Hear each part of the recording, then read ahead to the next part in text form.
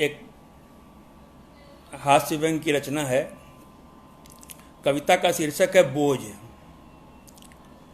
यह कविता इस अवधारणा पर आधारित है कि मृत्यु यकबयक नहीं आती, मृत्यु अचानक से नहीं आती, यमराज ले जाने से पहले सुधरने का भरपूर मौका देता है। तो सुनिए कविता का शीर्षक अल सुबह। इस ग्रुप में बहुत कम मित्र ऐसे हैं मेरे जो मेरे फेसबुक वॉल से जुड़े हैं, और अधिकांश मुझे होंगे। कृपया धैर्य बनाए रहें। धन्यवाद अखलाक भाई। कविता का शीर्षक है बोझ। अल सुबह दरवाजे पर दस्तक हुई, अल सुबह दरवाजे पर दस्तक हुई, देखा सामने यमराज खड़ा है। मारे डर के घिग्गी बंध गई, बोला अभी तो मैं जवान हूँ, अभी तो मैं जवान हूँ, कभी सम्मेलनों का नया नया पहलवान हूँ। आपको कोई दूसरा दिखा नहीं, जानते हैं मैंने अभी तक कुछ लिखा नहीं। अल सुबह दरवाजे पर दस्तक हुई, देखा सामने यमराज खड़ा है। मारे डर के घिग्गी बंध गई, बोला अभी तो मैं जवान हूँ, कभी सम्मेलनों का नया नया पहलवान हूँ।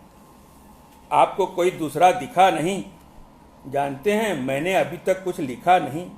क्या गजब करते हैं कवि, क्या बिना लिखे मरते हैं। यमराज सकपकाया, मेरा परिचय जान घबराया। यमराज सकपकाया, मेरा परिचय जान घबराया। मैं तुझे नहीं झेल सकता, नर्क में भी नहीं ठेल सकता, मगर आया हूँ तो खाली हाथ नहीं जाऊँगा। अभी तेरे बालों की कालीमा लिए जा रहा हूँ, भगवान ने आदेश दिया तो फिर आऊँगा।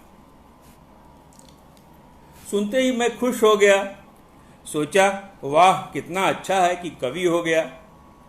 बोला जा ले जा, यमराज से बोला जा ले जा, तू भी क्या याद करेगा। मैं सफ़ेद बालों से ही काम चला लूँगा, स्पेशल हेयर डाई लगा लूँगा। कुछ वर्षों बाद दरवाजे पर फिर दस्तक हुई, खोला देखा कांप गया, वही यमराज खड़ा है भांप गया। कुछ वर्षों बाद दरवाजे पर फिर दस्तक हुई, खोला देखा कांप गया, वही यमराज खड़ा है भांप गया। हिम्मत जुटाकर बोला आइए आइए, मैंने 2-4 कविताएं लिखी हैं, सुनते जाइए। वह सुनते ही रोने लगा, मुझे लगा उसको भी कुछ कुछ होने लगा। दुखी होकर बोला यमराज मुझे माफ़ करना कविराज, मैं आना नहीं चाहता, मगर तेरी मौत यहाँ खींच लाती है। पता नहीं आदमी को पहचानने में भगवान से बार बार चूक क्यों हो जाती है। मगर आया हूँ तो खाली हाथ नहीं जाऊँगा, इस बार तेरे आंखों की थोड़ी रोशनी ले जाऊँगा। मैंने कहा जा ले जा, मैंने कहा जा ले जा, मैं चश्मे से काम चला लूँगा। मगर फिर आया तो अपनी सारी नई कविताएं तुझे सुना दूंगा। मगर फिर आया तो अपनी सारी नई कविताएं तुझे सुना दूंगा। सुनते ही यमराज भाग गया, इस तरह मेरा भ्रम मेरा भाग्य फिर जाग गया। कुछ वर्षों बाद वह फिर आया, कुछ वर्षों बाद वह फिर आया, अब की बार मेरे 2 दांत उखाड़ ले गया। मैंने तुरंत नकली दांत लगा ली। सोचता हूँ फिर आया तो क्या करूँगा, सोचता हूँ फिर आया तो क्या करूँगा, कौन सा अंग दे उसे संतुष्ट करूँगा। सोचता हूँ अब आए तो उसके साथ चल दूँ, सोचता हूँ अब आए तो उसके साथ चल दूँ। हाथ पैर सलामत रहे तभी जाना अच्छा है, आज बेटा भी तभी तक प्यार करता है जब तक छोटा बच्चा है। हाथ पैर सलामत रहे तभी जाना अच्छा है, आज बेटा भी तभी तक प्यार करता है जब तक छोटा बच्चा है। सुना है समाज में लाचार जिस्म परिवार वालों के लिए बोझ होता है, सुना है समाज में लाचार जिस्म परिवार वालों के लिए बोझ होता है। उम्र भर कौन उसे ताउम्र प्रेम से ढोता है। उड़ने लगे गगन में रिश्ते जमीन से, उड़ने लगे गगन में रिश्ते जमीन से, डरने लगे प्रमोद अपने प्रवीण से। सुना है यहाँ पति पत्नी को, भाई भाई को, बेटा बाप को धोखा देता है। सुना है यहाँ पति पत्नी को, भाई भाई को, बेटा बाप को धोखा देता है। किस्मत वालों को ही ईश्वर सही सलामत जाने का मौका देता है। सोचता हूँ अब आए तो चल दूँ, हाथ पैर सलामत रहे तभी जाना अच्छा है। आज बेटा भी तभी तक प्यार करता है जब तक छोटा बच्चा है। दूसरी कविता, ये कविता पसंद आई आपको, धन्यवाद। दूसरी कविता लिंग भेद, ये दूसरी सामाजिक समस्या। आपने अभी एक सामाजिक समस्या पर सुना बोझ, अब दूसरी एक सामाजिक समस्या है लिंग भेद। कविता का शीर्षक है लिंग भेद। उस पर देखिए, हास्य को लेकर है कि हमारे एक मित्र हैं यादव जी, हमारे एक मित्र हैं यादव जी, बड़े दुखी थे। पूछा तो बोले सुबह सुबह मन हो गया कड़वा, बहू को लड़की हुई भैंस को पड़वा। हमारे एक मित्र हैं यादव जी, बड़े दुखी थे। पूछा तो बोले सुबह सुबह मन हो गया कड़वा, बहू को लड़की हुई भैंस को पड़वा। मैंने कहा अरे यह तो पूरा मामला ही उलट गया। मैंने कहा अरे यह तो पूरा मामला ही उलट गया, लगता है शनिचर आपसे लिपट गया। फिर बात बनाई कोई बात नहीं, फिर बात बनाई कोई बात नहीं, लड़का लड़की एक समान होते हैं समझो लक्ष्मी आई। फिर बात बनाई कोई बात नहीं, लड़का लड़की एक समान होते हैं समझो लक्ष्मी आई। सुनते ही यादव जी तड़प कर बोले, सुनते ही यादव जी तड़प कर बोले, अंधेर है अंधेर, लड़की को लक्ष्मी कहें तो लड़का को क्या, पड़वा को क्या कहेंगे कुबेर। सुनते ही यादव जी तड़प कर बोले, अंधेर है अंधेर, लड़की को लक्ष्मी कहें तो पड़वा को क्या कहेंगे कुबेर। पंडित जी झूठ कब तक समझाइएगा, हकीकत कब बताइएगा। पंडित जी झूठ कब तक समझाइएगा, हकीकत कब बताइएगा। आज कन्या का पिता अपनी पुत्री के लिए वर ढूंढने निकलता है तो वर का घर दुकान, वर का पिता दुकानदार, वर महंगे सामान होते हैं, कैसे कह दूं कि लड़का लड़की एक समान होते हैं। आपने जीवन भर लड़की को लक्ष्मी, लड़के को खर्चीला बताया, मगर जब भी अपने घर का आर्थिक चिट्ठा बनाया, पुत्री को दायित्व व पुत्र को संपत्ति पक्ष में ही दिखाया। मैंने कहा ठीक कहते हैं यादव जी, मैंने कहा ठीक कहते हैं यादव जी, पाने की हवस और खोने के भय ने ऐसे समाज का निर्माण कर दिया है जहां बेटे पपलू बनाते हैं जीवन में, बेटियां बेड़ियां बन जाती हैं पाँव में। भैंस को फिर भी मिल जाती है जाड़े की धूप, पड़वा ठिठुरता है दिन भर छाँव में। 21वीं सदी का भारत आज भी बहरा है शहर में, गूंगा है गांव में।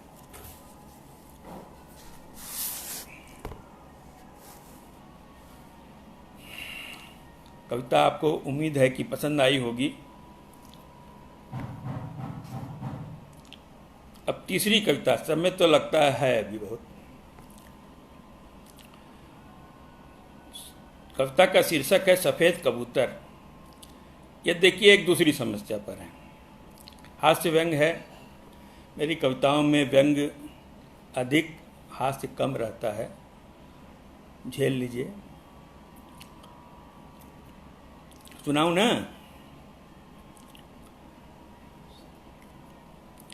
सफेद कबूतर। घर की छत पर बैठे थे कई सफेद कबूतर, घर की छत पर बैठे थे कई सफेद कबूतर। सबने सब मौसम देखे थे, सबने सब मौसम देखे थे, सब के सब बेदम भूखे थे। घर की छत पर बैठे थे कई सफेद कबूतर, सबने सब मौसम देखे थे, सब के सब बेदम भूखे थे। घर में एक कमरा था कमरे में अन्न की गठरी थी, मगर कमरा कमरा क्या था, काजल की कोठरी थी। घर में एक कमरा था, कमरे में अन्न की गठरी थी, मगर कमरा कमरा क्या था, काजल की कोठरी थी। एक से रहा न गया, कमरे में गया, अपनी भूख मिटाई और लौट आया। एक से रहा न गया, कमरे में गया, अपनी भूख मिटाई और लौट आया। सबने देखा तो देखते रह गए, आपस में कहने लगे, हम सफ़ेद कबूतरों में यह काला कहाँ से आ गया। सबने चीखा, चोर चोर, काला कबूतर दूर नील गगन में उड़ गया।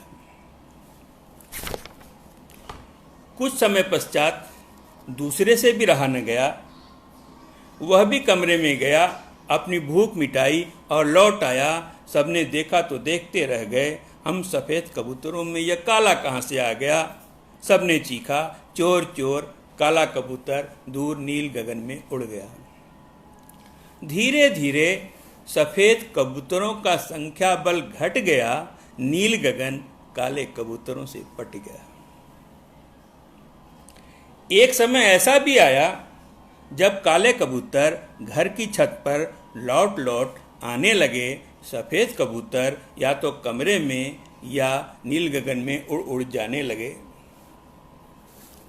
जिन्होंने कमरे में जाना स्वीकार नहीं किया, भागना स्वीकार नहीं किया, वे कवि, गुरु या दार्शनिक हो गए।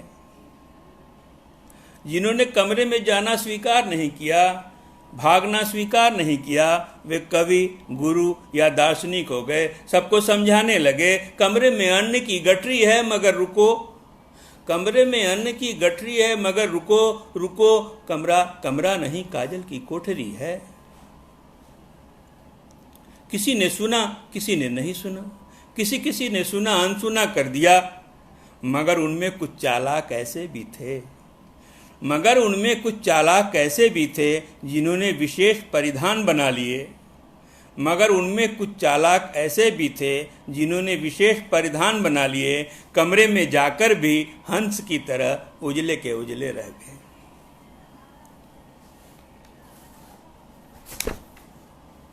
बात मामूली नहीं संगीन है, बात मामूली नहीं संगीन है। उन्हीं की जिंदगी बेहद रंगीन है, उनके लिए हर तरफ मज़ा ही मज़ा है। वे ही तय करते हैं किसकी क्या सजा है, उनका बड़ा ऊंचा जज्बा है।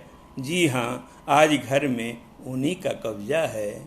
जी हाँ, आज घर में उन्हीं का कब्जा है।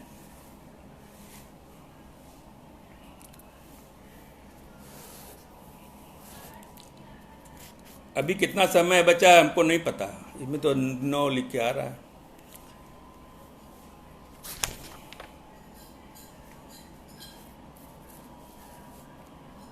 धन्यवाद पूजा जी, प्रदीप भट्टाचार्य जी, आपको भी धन्यवाद। अब एक थोड़ा सा अलग दृश्य दिखाता हूँ, थोड़ा दर्शन में आप पाइए। व्यंग कविताएं मैंने 3 सुनाई आप लोगों को। चौथी कविता है मिट्टी। समय है ना अभी, सुनिएगा। मिट्टी मिट्टी है तो मिट्टी होगी, मिट्टी है तो मिट्टी होगी, सूखी होगी गीली होगी, ठंडी होगी तपती होगी, कुछ खट्टी कुछ मीठी होगी। मिट्टी है तो मिट्टी होगी, मिट्टी है तो मिट्टी होगी, सूखी होगी गीली होगी, ठंडी होगी तपती होगी, कुछ खट्टी कुछ मीठी होगी। मिट्टी है तो मिट्टी होगी। मिट्टी को आकार दिया तो, रंगों का संसार दिया तो, प्राणों का उपहार दिया तो, माया का बाजार दिया तो, गुड्डा होगा गुड्डी होगी, लड़का होगा लड़की होगी, बुढ़ा होगा बुढ़ी होगी, लेकिन फिर भी मिट्टी होगी। मिट्टी है तो मिट्टी होगी। चोर सिपाही भी हो सकते, नेता डाकू भी हो सकते, भांति भांति के जीव भी होंगे, दुर्जन होंगे सज्जन होंगे, राक्षस होंगे मानुष होंगे। प्राणों से जब कट्टी होगी, सबकी एक दिन छुट्टी होगी, मिट्टी फिर से मिट्टी होगी। ईश्वर को अब चिट्ठी लिख दो, ईश्वर को अब चिट्ठी लिख दो, सब बातें अब सच्ची लिख दो। ईश्वर को अब चिट्ठी लिख दो, सब बातें अब सच्ची लिख दो। लिख दो मिट्टी गंदी है अब, इंसानों की मंदी है अब। हे ईश्वर अब कट्टी लिख दो, सब मिट्टी को मिट्टी लिख दो। सागर के खारे पानी से, सागर के खारे पानी से पूरी मिट्टी को नहलाओ। सागर के खारे पानी से पूरी मिट्टी को नहलाओ। ज्वालामुखी के अंगारों से बार बार फिर इसे तपाओ। मिट्टी फिर से मिट्टी होगी, सूखी होगी गीली होगी, ठंडी होगी तपती होगी, मिट्टी फिर से मिट्टी होगी। अभी समय है, आप बताएं। उसको हिलाएंगे तो गड़बड़ हो जाएगा, समय आप ही को बताना पड़ेगा। पायल सोनी जी सुनी नहीं रही हैं लग रहा है। एक कविता आज के हालात पर। प्रदीप भट्टाचार्य जी धन्यवाद, आपको जुड़े हैं आप बहुत देर से। कंचन लता चतुर्वेदी जी नमस्कार। एक कविता और सुनाता हूँ, आज के हालात पर है, थोड़ा गंभीर कविता है, हास्य व्यंग से हट के है। हंसना हंसाना, हंसना हंसाना, हंसाना हंसाना पहले भी आसान नहीं हुआ करता था। नाम शीर्षक इसका हंसना हंसाना है, लेकिन ये हास्य कविता नहीं है, क्षमा करिएगा। हंसना हंसाना, हंसाना पहले भी आसान नहीं हुआ करता था, फिर भी लोग हंसते थे हंसाते थे। हंसाना पहले भी आसान नहीं हुआ करता था, फिर भी लोग हंसते थे हंसाते थे। अब तो और भी कठिन हो गया है, अब तो और भी कठिन हो गया है। दिन ब दिन बढ़ती जा रही है दुखियारों की संख्या, और हंसाने वाले रोने लगे हैं खुद ही।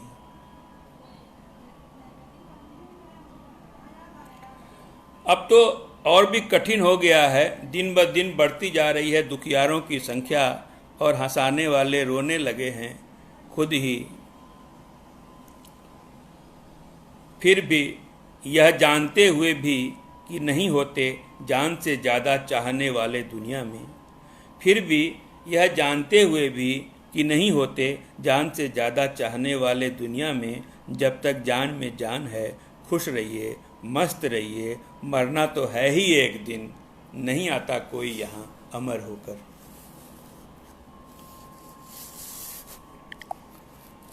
बहुत सी कविताएं मेरे इसी मोबाइल में है, जिसको मैं मुख करके सुना रहा हूँ। 4-5 कविताएं मैंने डायरी में लिखी थी कि आपको जो है सुनाऊं।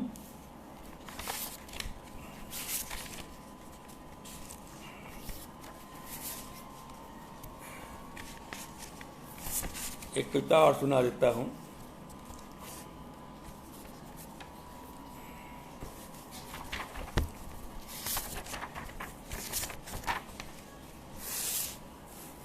एकदम नई कविता है, कोरोना काल का नई कविता है। कविता का शीर्षक है अछूत। कार्यालय वाली कविता इसी में है, मैं भूल चुका हूँ ना कार्यालय वाली कविता, फिर सुनाऊंगा। अछूत।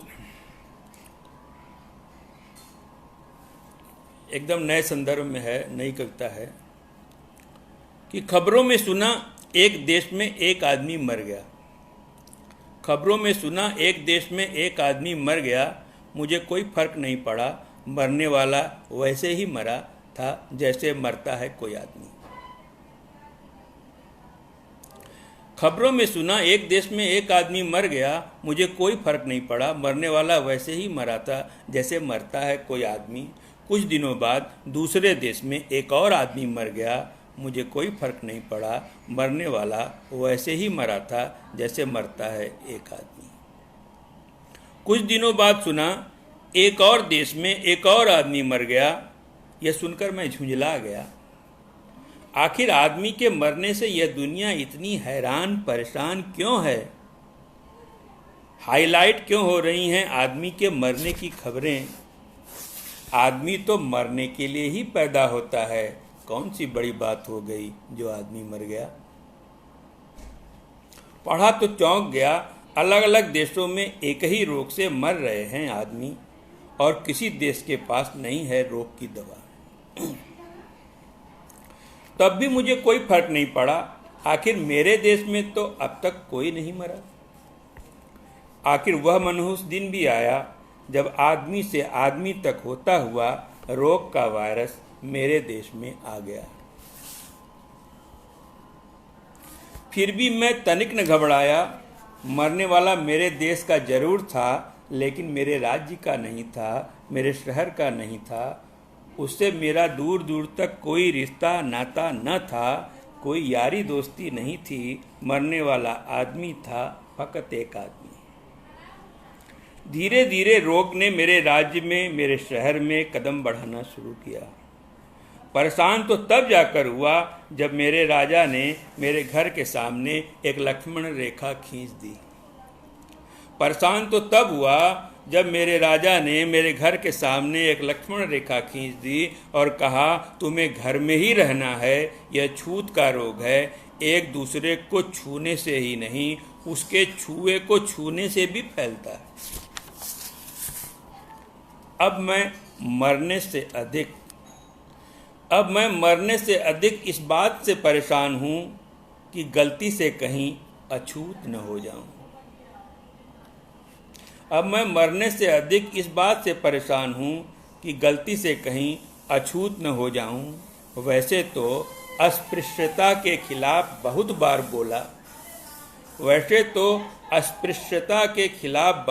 बोला, लेकिन अछूत होना कितना पीड़ादायक होता है, यह अब जाकर समझ में आया। अछूत होना इतना पीड़ादायक होता है, यह अब जाकर समझ में आया। मुझे लगता है मेरा समय हो गया है समाप्त। आप लोग बता नहीं रहे हैं, किसी का कॉल भी नहीं आ रहा है। कितना बजा? कृपया बताएं। जी धन्यवाद विकास पांडे जी, प्रसन्न वदन चतुर्वेदी जी नमस्कार, धन्यवाद।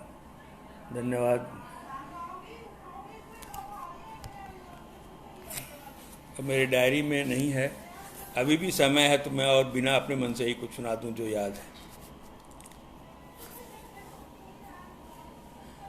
अखलाक भारती जी बोलिए, 1:30 बज गया कि नहीं अभी? अरे 2 बजा। कितना समय है अभी? अरे वाह तो ठीक है, धन्यवाद। समय तो बताइएगा कितना समय बचा है।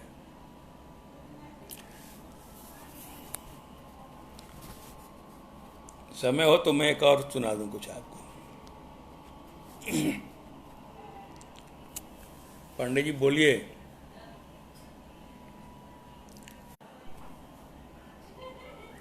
अच्छा 5 मिनट बाकी है, धन्यवाद। मैं आपको सुनाता हूँ, एक गज़ल सुना देता हूँ बहुत जल्दी में।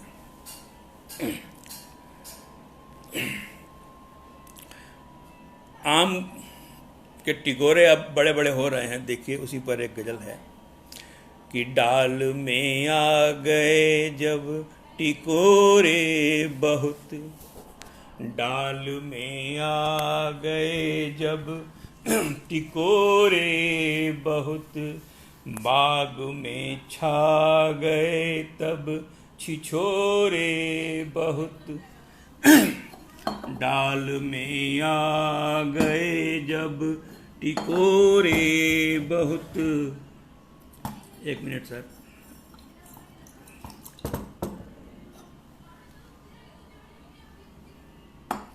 डाल में आ गए जब टिकोरे बहुत बाग में छा गए तब छिछोरे बहुत पेड़ को प्यार का मिल रहा है सिला पेड़ को प्यार का मिल रहा है सिला मारते पत्थरों से निगोड़े बहुत डाल में आ गए टिकोरे बहुत धूप में क्या खिली एक नाजुक कली। सुनिएगा, जब कोई गरीब की लड़की जवान होती है, उसी को सांकेतिक भाषा में करने का प्रयास है कि धूप में क्या खिली एक नाजुक कली सबने पीटे शहर में ढिढोरे बहुत डाल में आ गए जब टिकोरे बहुत बाग में छा गए तब छिछोरे बहुत वे भी तो एक दिन वे भी तोड़े निचोड़े गए एक दिन वे भी तोड़े निचोड़े गए जिसने थैले शहद के बटोरे बहुत डाल में आ गए जब टिकोरे बहुत। अगला शेर सुनिए कि वक्त पर काम आते हैं खच्चर मेरे वक्त पर काम आए खच्चर मेरे हमने रखे थे काबुल के घोड़े बहुत डाल में आ गए फिर टिकोरे बहुत फूल खिलने लगे फिर उसी शाख में फूल अंतिम है फूल खिलने लगे फिर उसी शाख में आंधियों ने जिन्हें कल हिलोरे बहुत डाल में आ गए जब टिकोरे बहुत। नमस्कार, धन्यवाद। पायल सोनी जी का धन्यवाद। परमिला देवी फाउंडेशन का धन्यवाद। अब कविता सुनाते सुनाते गला भर गया, इसलिए आप लोगों को प्रोत्साहन के लिए धन्यवाद। नमस्कार।